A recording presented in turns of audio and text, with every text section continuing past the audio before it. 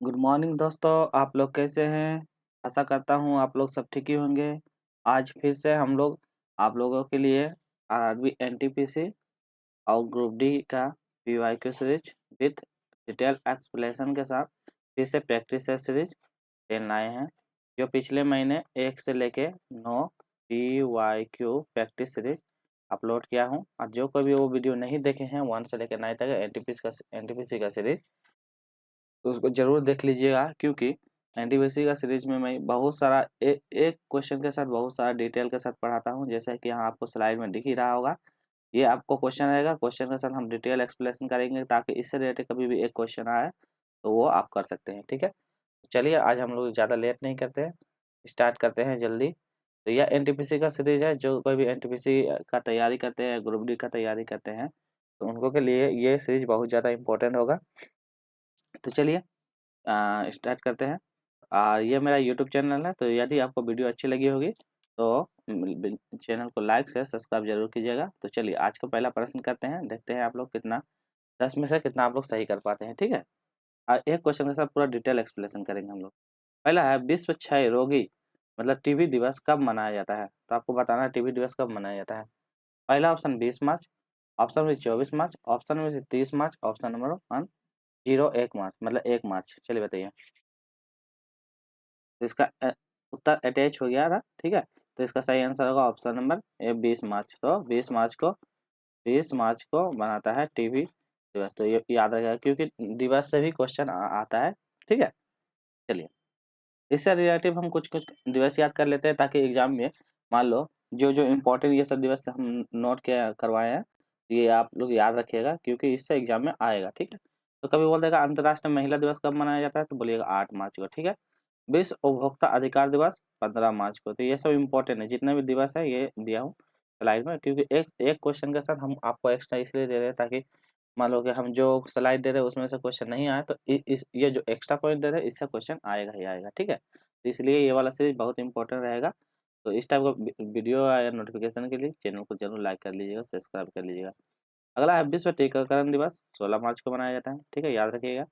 विश्व खुशहाली दिवस कब मनाया? 20 मार्च को मनाया जाता है। ये सब सारा जितना है ना इम्पोर्टेंट है, जो एग्जाम में आने का संभावना है पूरी तरह से।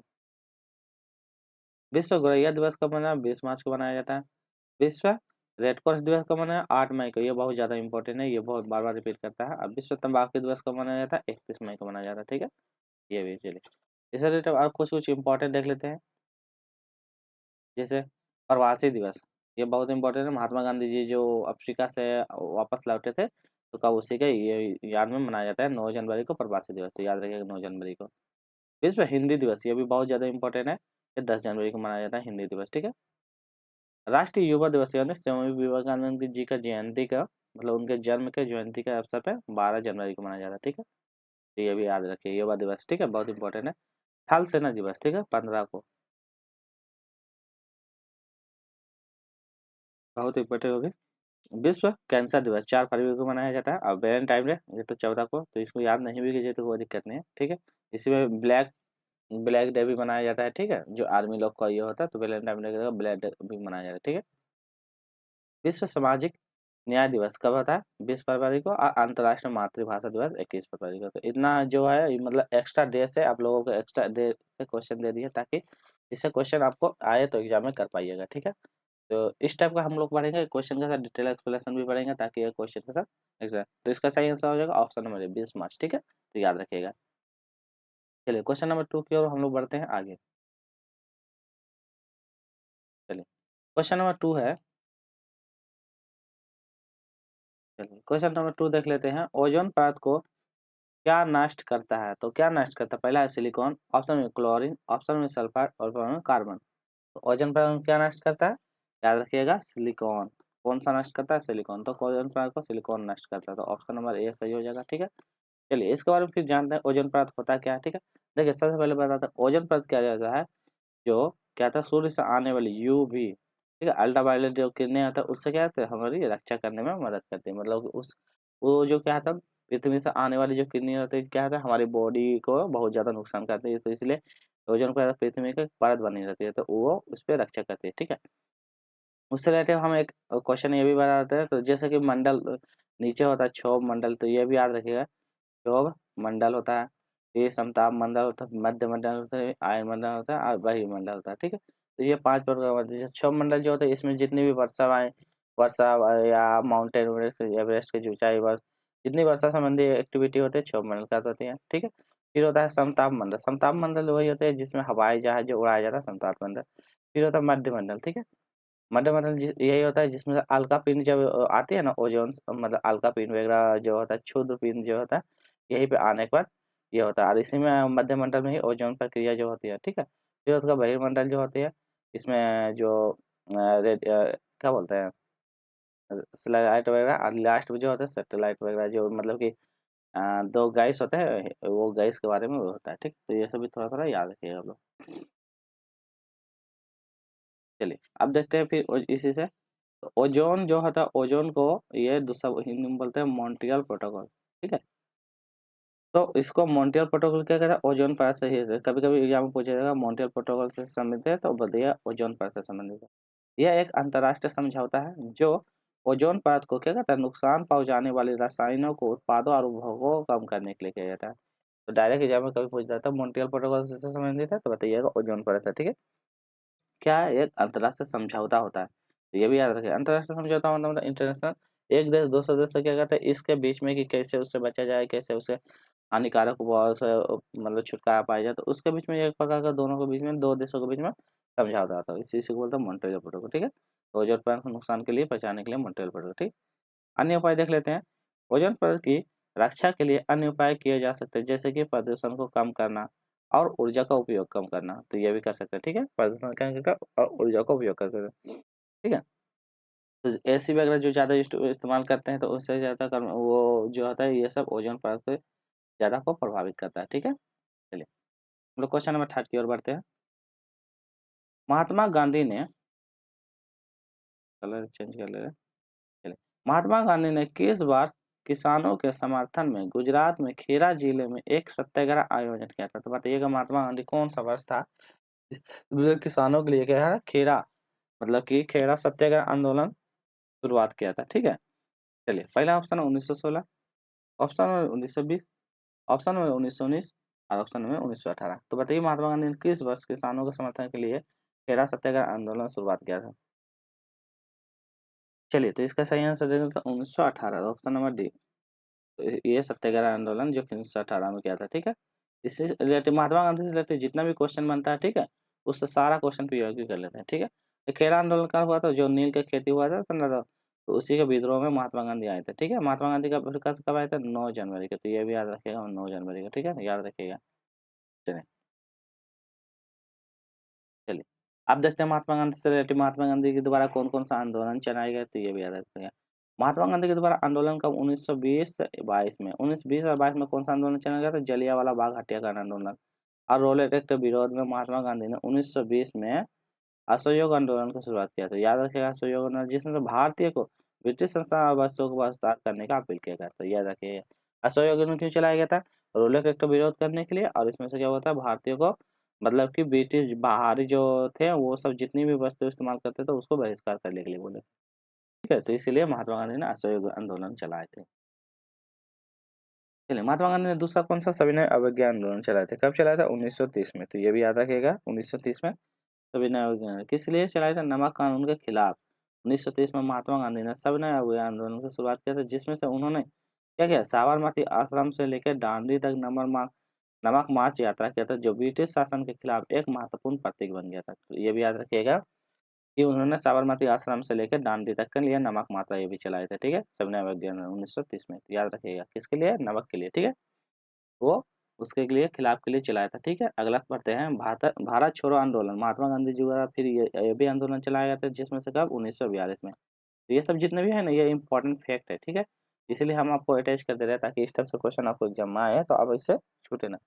ठीक है, तो इसलिए इस टाइप का वीडियो आपको अच्छी लगी होगी तो लाइक से सब्सक्राइब जरूर कीजिएगा ताकि आपको इसी तरह कंटेंट मिलता रहे, क्योंकि एक क्वेश्चन का साथ आप एक्स्ट्रा क्वेश्चन भी करें। द्वितीय विश्व युद्ध कब हुआ, 1942 में। महात्मा गांधी ने क्या, भारत छोड़ो आंदोलन की शुरुआत किया, जिसमें उन्होंने ब्रिटिश सरकार को भारत छोड़ने की मांग किया, कहते हैं। हाँ, तो 1942 में। ठीक है, तो ये भी याद रखिएगा। चलिए अगला, चंपारण सत्याग्रह 1917, तो चंपारण सत्याग्रह 1917 क्या आया था उसमें, चलिए इसमें देखते हैं। 1917 में गांधी जी ने बिहार के चंपारण में किसानों की नील खेती के शोषण के खिलाफ सत्याग्रह आंदोलन शुरुआत किया था। ठीक है, और जो भारत में उनका पहला सत्याग्रह आंदोलन था। तो महात्मा गांधी का पहला बोलेगा तो सत्याग्रह आंदोलन कौन था, चंपारण सत्याग्रह आंदोलन का 1917 में। चलिए अभी खेर आंदोलन जस्ट पढ़े थे, यही खेर आंदोलन 1918 में, याद रखिएगा। महात्मा गांधी ने गुजरात के खेर आंदोलन के राष्ट्र किसानों के भू राजस्व के खिलाफ आंदोलन शुरू किया गया था। खेर आंदोलन भू राजस्व भूमि के संबंध से है, ठीक है, तो याद रखिएगा। और लास्ट है खिलाफत आंदोलन 1919 और 22 में। 1919 और 22 में खिलाफत आंदोलन में महात्मा गांधी ने भाग लिया था और भारत में मुसलमानों के द्वारा तुर्क साम्राज्य के खिलाफ आंदोलन स्थापित किया था। तो तुर्क साम्राज्य का आंदोलन किया था महात्मा गांधी ने 1919 से लेकर 22 तक में, खिलाफत आंदोलन। ठीक है, तो इतना महात्मा गांधी से क्वेश्चन बना है। ठीक है, ये क्वेश्चन आप लोग जरूर याद रखिएगा, क्योंकि महात्मा गांधी से रिलेटेड इस टाइप का क्वेश्चन आप कीजिएगा, इससे क्वेश्चन आएगा तो बाहर नहीं आएगा। ठीक है, चलिए, तो उसका सही आंसर ऑप्शन नंबर डी 1918 हो जाएगा। ठीक है, चलिए हम क्वेश्चन नंबर 4 की ओर बढ़ते हैं। क्वेश्चन नंबर 4 बोलता है, भारत के किस राज्य में मुख्यमंत्री ने फुटबॉल की संस्कृति को जमीनी स्तर पर ले जाने के लिए झारखंड राज्य से क्या है, ले जाने के लिए राज्य में फुटबॉल फॉर ऑल लॉन्च किया था। ये बताइएगा कौन सा राज्य था मुख्यमंत्री जो फुटबॉल संस्कृति के मतलब जमीन स्तर से लेकर ऊपर ले जाने के लिए। ठीक है, तो चलिए, झारखंड, मध्य प्रदेश, पश्चिम बंगाल, उड़ीसा, बताइए कौन सा स्टेट। चलिए, तो इसका सही जवाब देख लेते हैं। चलिए, तो इसका सही आंसर देख लेते हैं, क्या हो जाएगा, ऑप्शन नंबर डी उड़ीसा। तो सही आंसर हो जाएगा ऑप्शन नंबर डी उड़ीसा। कौन सा राज्य था, उड़ीसा राज्य था जिसमें। चलिए अब इससे रिलेटिव थोड़ा कुछ देख लेते हैं क्या क्या क्वेश्चन बनता है। तो आंसर हो जाएगा उड़ीसा। चलिए की पॉइंट में देखते हैं, फुटबॉल फॉर ऑल कार्यक्रम फीफा। ठीक है, इसका फुल फॉर्म हिंदी क्या होता है, फुटबॉल फॉर ऑल कार्यक्रम। ठीक है, तो ये भी याद रखिए, फीफा द्वारा आयोजित क्या उड़ीसा में क्या है, Kalinga institute of institute technology के द्वारा। तो ये भी याद रखिए, टेक्नोलॉजी के द्वारा Kalinga institute of social science, इसको शॉर्टकट में बोलता है, किस के साथ साझेदारी शुरू किया था। तो ये याद रखिए। ठीक है, करीब 2000 स्कूलों में क्या 43,000 से ज्यादा फुटबॉल बच्चों को बांट दिए गए थे। इसमें 2000 स्कूल में 43,000 से ज्यादा फुटबॉल बांटा गया था। ठीक है, उड़ीसा राज्य में। और यह भारत का फीफा का पहला ऐसा कार्यक्रम था जिसमें उद्देश्य था स्कूली बच्चों के बीच फुटबॉल को बढ़ावा देना। तो यही इसका उद्देश्य था कि स्कूली बच्चों के बीच क्या फुटबॉल से बढ़ावा देना और उनको विकास करना। तो ये इसका सही आंसर हो जाएगा। ठीक है, चलिए हेलो क्वेश्चन नंबर 5 की ओर बढ़ते हैं। क्वेश्चन नंबर 5 में बोलता है, निम्नलिखित में से विद्युत बल्ब में फिलामेंट किससे होता है। तो बताइएगा फिलामेंट किसका बना होता है। पहला है टंगस्टन, ऑप्शन में प्लेटिनम, ऑप्शन में सी तांबा, ऑप्शन में डी लोहा। तो फिलामेंट किससे बना होता है। चलिए तो सही आंसर देख लेते हैं, टंगस्टन का फिलामेंट बना होता है। ठीक है, तो ऑप्शन नंबर है टंगस्टन का फिलामेंट बना होता है। ठीक है, चलिए इससे आप देख लेते हैं कुछ रिलेटेड क्वेश्चन। देखिए विद्युत बल्ब जो होता है, विद्युत बल्ब में क्या होता है, एक तार रहता है जो टंगस्टन नामक धातु का बना होता है। ठीक है, इसे फिलामेंट या तंतु कहते हैं। तो याद रखिएगा, ऐसा रहता है जो टंगस्टन नामक ये से बना होता है जिसे फिलामेंट या तंतु कहते हैं। तो इतना याद रखिएगा, क्योंकि इससे कभी कोई भी क्वेश्चन पूछ दिया। ठीक है, तो याद रखिएगा। ठीक है, चलिए अगला देख लेते हैं, परिपथ। परिपथ में विद्युत धारा जब प्रवाहित होने लगती है तो क्या है, तंतु गर्म हो जाता है और तब तत्प्रकाश तंतु प्रकाश देना प्रारंभ कर दे। जैसे कि ये बल्ब है, ठीक है, जैसे ये बल्ब है, ठीक है, तो यहाँ जो है तो इसमें से एक प्रकार के ये लगा हुआ, ठीक है, जब इसमें ये रहता है तो ये थोड़ा पतली सी बनी होता है, इसमें से ये गर्म होता है, उसके बाद ये प्रकाश चारों तरफ से प्रकाश फैलाने लगता है। ठीक है, ये तंतु गर्म होता है, प्रकाश फैलाने लगता है। फिर देखते हैं, टूटे तंतु वाले बल्ब को फ्यूज बल्ब कहते हैं। जब ये फिर टूट जाता है तो इसको क्या बोलते हैं, फ्यूज कहते हैं। तो ये सब याद रखिएगा थोड़ा सा इससे रिलेटेड। चलिए क्वेश्चन नंबर 6 की ओर बात है हम लोग। एक जिला और एक उत्पाद योजना की शुरुआत कौन सा राज्य ने की थी। बताइए, एक जिला एक उत्पाद कौन सा राज्य ने किया था। आपके पास ऑप्शन है मध्य प्रदेश, ऑप्शन है बिहार, ऑप्शन है पश्चिम बंगाल, ऑप्शन है उत्तर प्रदेश। तो एक जिला एक राज्य उत्पाद कौन शुरू किया था। चलिए, तो इसका सही आंसर का option number A Madhya Pradesh, MP. ठीक है, एमपी राज्य शुरू किया था एक जिला एक उत्पाद। ठीक है, तो ये भी याद रखिएगा, ये कौन सा राज्य शुरू किया था, मध्य प्रदेश। कुछ कुछ करेंट का भी क्वेश्चन है ताकि आपको इस तरह से क्वेश्चन आते रहे, मिलता रहे। निम्नलिखित में से जल का क्वथनांक कितना होता है। तो बताइए जल का क्वथनांक कितना होता है। पहला option 120 degree Celsius, 150 degree Celsius, 100 degree Celsius और 110 डिग्री सेल्सियस। तो बताइए जल का क्वथनांक कितना होता है।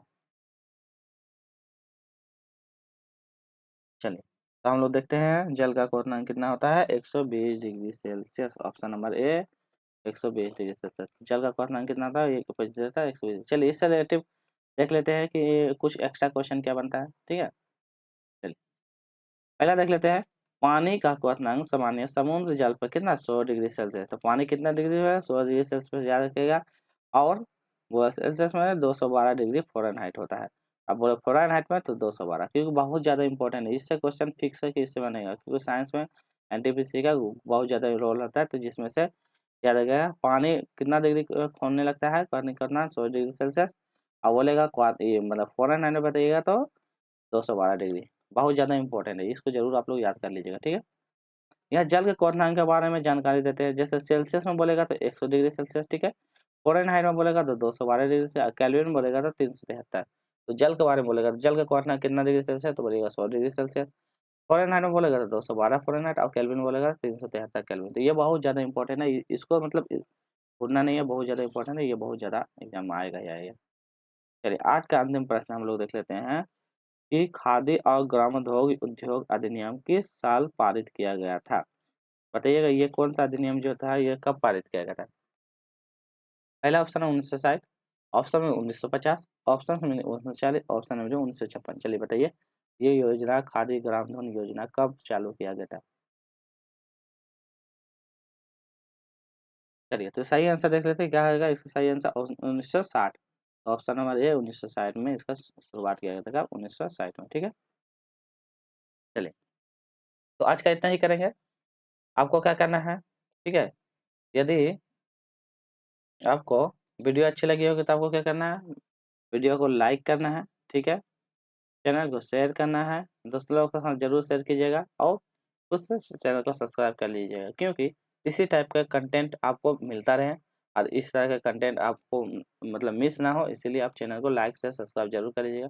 आप वीडियो को ज़्यादा से ज़्यादा शेयर कीजिएगा, क्योंकि आप लोग वीडियो देख लेते हैं बट शेयर या सब्सक्राइब नहीं करते, तो आप लोगों से थोड़ा सा रिक्वेस्ट है, क्योंकि मेहनत होता है, तो थोड़ा सा वीडियो को लाइक से सब्सक्राइब जरूर कीजिएगा। ये यूट्यूब चैनल है बलराम क्रिएटिव क्लास है। ठीक है, तो आज का वीडियो इतना ही रखते हैं, फिर हम लोग मिलते हैं नेक्स्ट एनटीपीसी। ठीक है, एनटीपीसी और ग्रुप डी का और भी इंटरेस्टिंग और इम्पोर्टेंट क्वेश्चन जो एग्जाम में आएगा इसी तरह रहेगा, विथ एक्सप्लेन के साथ पढ़ेंगे। ठीक है, ताकि आपको इस टाइप के क्वेश्चन के साथ एक्स्ट्रा नॉलेज भी मिलता रहे, ताकि एक क्वेश्चन आए तो उससे रिलेटेड यदि क्वेश्चन आ जाए तो आप उसको छोड़े ना। ठीक है, इसलिए हम डिटेल एक्सप्लेनेशन भी देते हैं। चलिए, तो आज का इतना ये रहेगा, फिर मिलते हैं नेक्स्ट वीडियो।